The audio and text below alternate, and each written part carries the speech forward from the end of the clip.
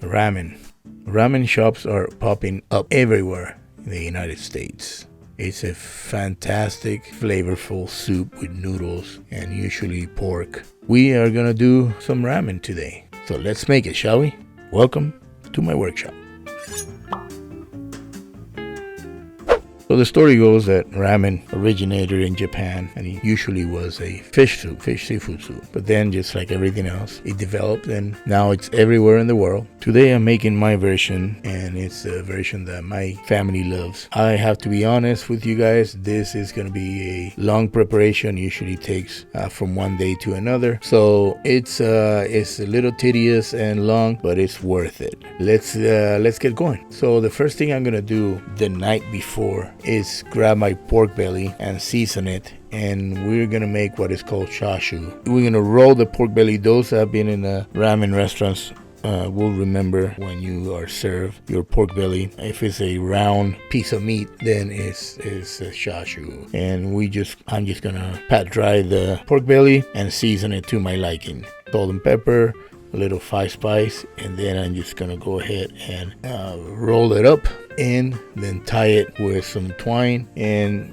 get it ready to put it in the pan. Now I'm gonna brown it everywhere, try to keep it as even as I can. So I'm gonna add my soy sauce and my mirin and all the liquids and water, and I'm just gonna braise it now. So I'm going to cover it, put it in the oven at 350 degrees. I'm going to be about every half an hour. I'm going to open it up and turn the chashu around so I get a nice even color. About 2.5 hours later, this is what we get. It's a beautiful brown preparation. It's fully cooked. It's super soft. It's nice and ready. But now, if I grab this now that it's hot, and I cut the twines and start slicing it, there's a huge chance that the roll that I made is gonna unroll, so it's gonna come kind of flat. So what I'm gonna do, I'm gonna pull it out, and this is what I meant from one day to another. Put it in a container, and then I'm going to pour the rest, all the sauce and all the juice that is in there into it, and I'm gonna let it be until tomorrow in the refrigerator. All right, so the next day has come, and now it's time to do the broth. The first thing I do, I wash all my bones. Today I'm using neck bones, I'm using leg bones, and I'm using the pork feet. I wash all of them, then I put them in a pot. I bring them to a boil, and once that's done, I'm going to put them in a sheet pan, and I'm going to stick it in an oven at 425 degrees until they're nice and brown.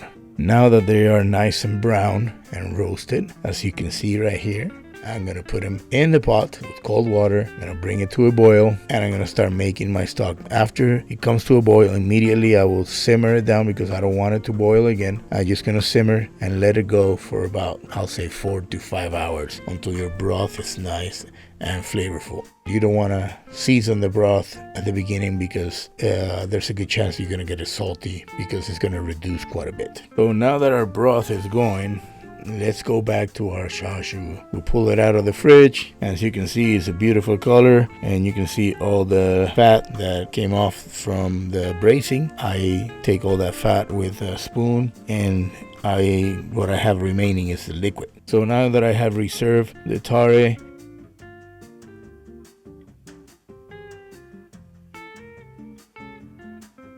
I take all the strings out and I slice it in probably about 1/4 of an inch pieces. And when the ramen is ready, what I'm gonna do, I'm just gonna add this to a frying pan, and I'm gonna fry it or saute it on both sides, and then add it to the ramen. So now we have our chashu ready, our pork broth is going, our tare is ready. So let's work now on our eggs. Usually you want to do like a soft boiled egg, a 6 or 7 minute egg. And the way you do it is you bring some water to a boil, add your eggs in there with a timer. If you like it really runny, go for 6 minutes. If not, go for 7 minutes. Immediately that 7 minutes comes out, pull them out, put them in cold water, and let them be in the cold water for a little bit, and you can peel them. Grab your noodles. In my case, we like to use these brown rice noodles. The texture is perfect for ramen. They're healthier, so that's why we try to use this one. But if you don't find these, you can just use any other ramen noodle that you can find. Lastly, I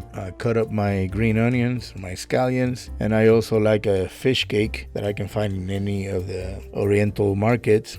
I enjoy the fish cake also on my ramen. So now that everything is ready to go, the broth has finished. I have seasoned the broth with salt and pepper, a little bit of soy sauce, a little bit of fish sauce. You can add a little bit of oyster sauce if you want. Remember that we're gonna add this to the tare, so the flavor is gonna expand. So we have everything ready. So finally we can plate this thing. So I'm gonna start my bowl with my tare.